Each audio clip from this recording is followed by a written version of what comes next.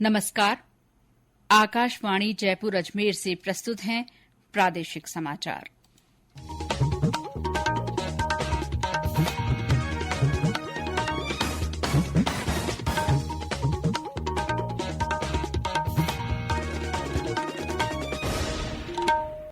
मुख्य समाचार। केंद्रीय मंत्री नितिन गडकरी ने कहा, प्रदेश में 2023-24 तक 2500 किलोमीटर राजमार्गों का निर्माण होगा। दिल्ली मुंबई एक्सप्रेस वे के दिल्ली दौसा खंड अगले साल से यातायात के लिए खोल दिया जाएगा। प्रधानमंत्री नरेंद्र मोदी ने अगले मन की बात कार्यक्रम के लिए लोगों से सुझाव भेजने की अपील की। केंद्रीय स्वास्थ्य मंत्रालय ने कहा, देश में कोरोना संक्रमण दर में लगातार कमी हो रही है। और राज्य में अगले महीने से शुरू होने वाली आरजीएचएस स्वास्थ्य योजना में 6 लाख राज्य कर्मियों ने पंजीयन कराया।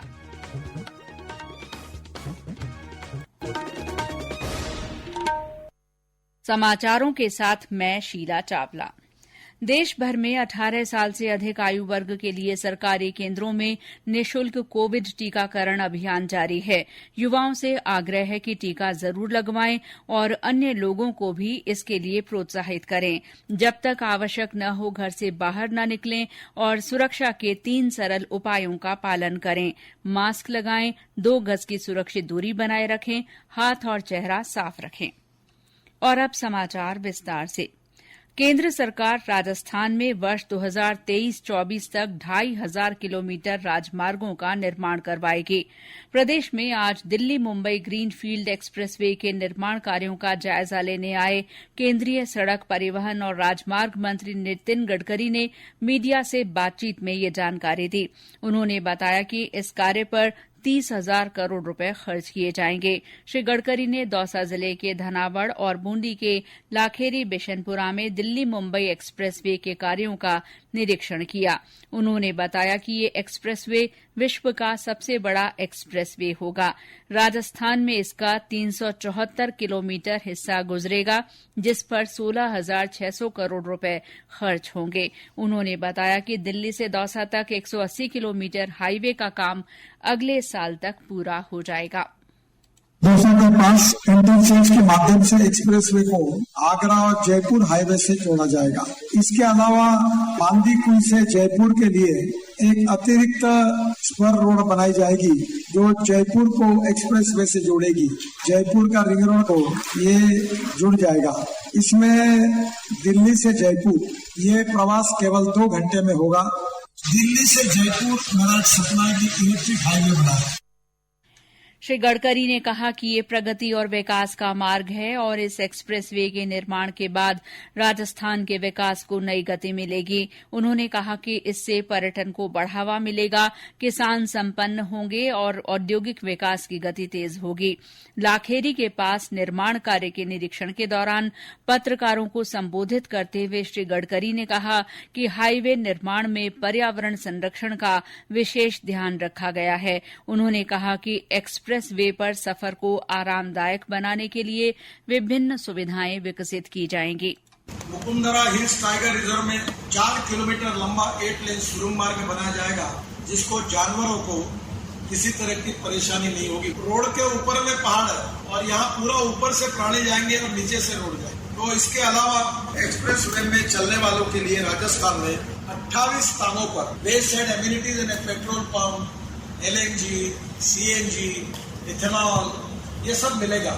इलेक्ट्रिक चार्जिंग भी होगा। और राजस्थान की जो हैंडलूम है, हैंडीक्राफ्ट्स है, यहाँ का जो फूड है, यहाँ के फ्रूट वेजिटेबल के लिए भी स्पेशल शॉप्स है, तो यहाँ की इकोनॉमी में मदद करे, ये भी हमारा प्रयास है। गौरतलब है कि 1380 किलोमीटर लंबा दिल्ली मुंबई एक्सप्रेसवे प्रदेश के अलवर, भरतपुर, दौसा, सवाई माधोपुर, टोंक, बूंदी और कोटा से होकर गुजरेगा। इस एक्सप्रेसवे के बन जाने से दिल्ली से मुंबई के बीच का यात्रा समय आधा रह जाएगा। ये एक्सप्रेसवे कुछ विश्व प्रसिद्ध अभ्यारण्यों जैसे रणथंभौर टाइगर रिजर्व और चंबल अभ्यारण्य से होकर गुजरेगा। इस एक्सप्रेसवे में भारत की पहली प्रतिष्ठित 8 लेन वाली 4 किलोमीटर लंबी सुरंग भी शामिल होगी, जो इस क्षेत्र में लुप्त प्राय जीवों को परेशान किए बिना मुकंदरा अभ्यारण्य से होकर गुजरेगी। प्रधानमंत्री नरेंद्र मोदी ने कहा है कि आकाशवाणी से 26 सितंबर को प्रसारित किए जाने वाले मन की बात कार्यक्रम के लिए उन्हें दिलचस्प सुझाव मिल रहे हैं। ये मासिक रेडियो कार्यक्रम की 81वीं कड़ी होगी। एक ट्वीट में श्री मोदी ने लोगों से नमो ऐप और माई जीओवी ओपन फोरम पर अपने विचार साझा करते रहने का आग्रह किया है। उन्होंने कहा कि लोग अपने संदेश 1800-117800 पर हिंदी या अंग्रेजी में रिकॉर्ड करा सकते हैं। फोन लाइनें 24 सितंबर तक खुली रहेंगी। श्रोता 1922 पर मिस्ड कॉल भी दे सकते हैं और प्रधानमंत्री को अपने सुझाव देने के लिए सीधे एसएमएस से मिले लिंक को फॉलो कर सकते हैं। संस्कृति मंत्रालय प्रधानमंत्री नरेंद्र मोदी को मिले उपहारों और मेमेंटो को कल से ई नीलामी शुरू कर रहा है। इनमें ओलंपिक और पैरालंपिक पदक विजेताओं के स्पोर्ट्स गियर और उपकरण, अयोध्या राम मंदिर, चार धाम और रुद्राक्ष सम्मेलन केंद्र की प्रतिकृति, मॉडल, मूर्तियां, पेंटिंग, अंगवस्त्र और अन्य उपहार शामिल हैं।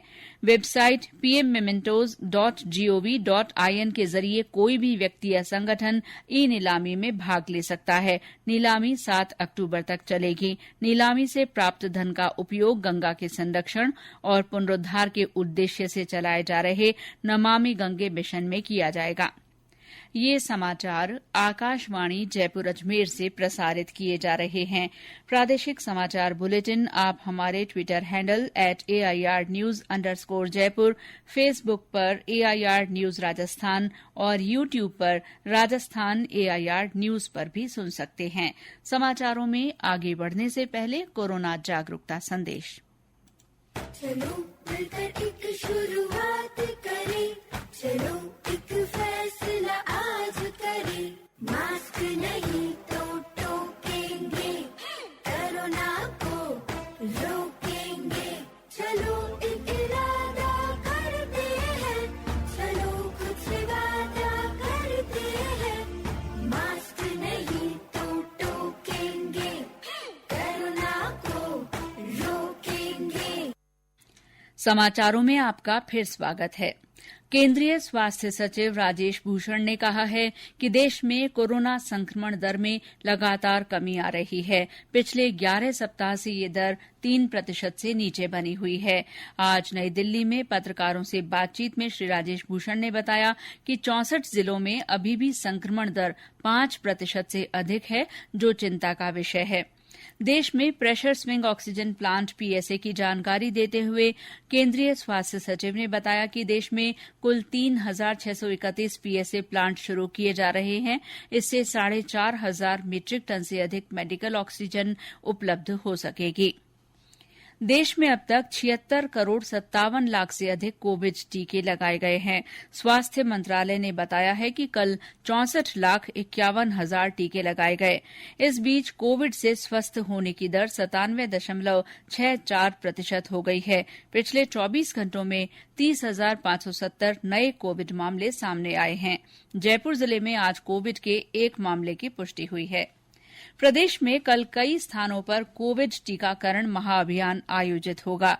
बांसवाड़ा जिले में कल एक ही दिन में 75,000 लोगों को टीका लगाने का लक्ष्य रखा गया है। बूंदी जिले में कल मेगा वैक्सीनेशन डे पर 250 सत्रों में 53,500 डोज लगाने का लक्ष्य रखा गया है। जालौर में कल से 2 दिन का टीकाकरण महाअभियान शुरू होगा। कोविड संबंधी राष्ट्रीय हेल्पलाइन नंबर हमारी वेबसाइट newsonair.gov.in पर उपलब्ध हैं। केंद्र सरकार की सीजीएचएस सेवा की तर्ज पर प्रदेश के सरकारी कर्मचारियों के लिए शुरू की जा रही स्वास्थ्य योजना आरजीएचएस के तहत अब तक 6 लाख कर्मचारियों ने पंजीकरण कराया है। ये सेवा अगले महीने से शुरू हो रही है। इसके लिए प्रदेश के 141 चिकित्सा संस्थानों को अधिकृत किया गया है। इस योजना के जरिए कर्मचारियों को मुफ्त चिकित्सा सुविधा मिलेगी। वन मंत्री सुखराम बिश्नोई ने कहा है कि सरिस्का में बाघों को शिफ्ट करने और क्षेत्र से विलायती बबूल को हटाने तथा पर्यटकों के लिए नए रूट खोलने पर काम चल रहा है। उन्होंने आज पौधे बांटकर औषधि वितरण कार्यक्रम की शुरूआत की। आज अलवर में पत्रकारों से बातचीत में श्री बिश्नोई ने बताया कि सरिस्का क्षेत्र के ग्रामीणों की समस्याओं पर अधिकारियों के साथ चर्चा की जाएगी। और अब आजादी का अमृत महोत्सव से जुड़े समाचार। आजादी का अमृत महोत्सव।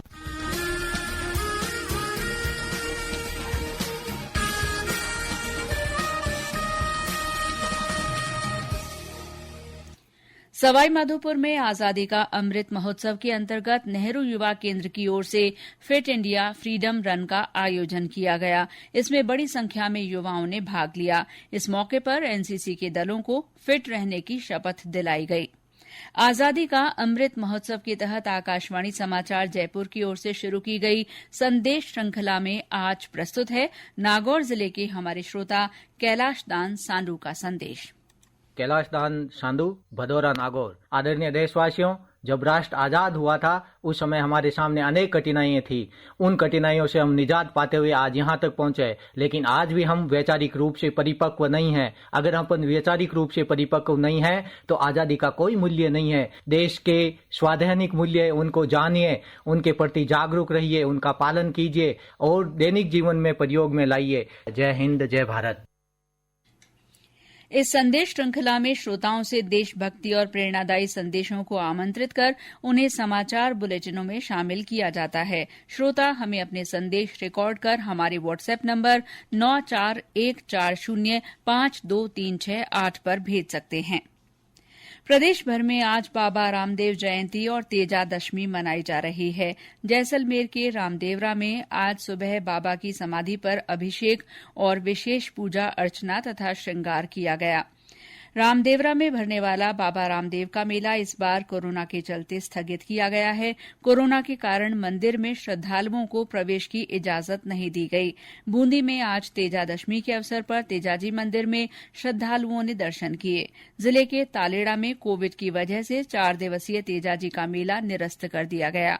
टोंक जिले के उनियारा के पलाई गांव में तेजाजी की कलश यात्रा के साथ भव्य शोभा यात्रा निकाली गई।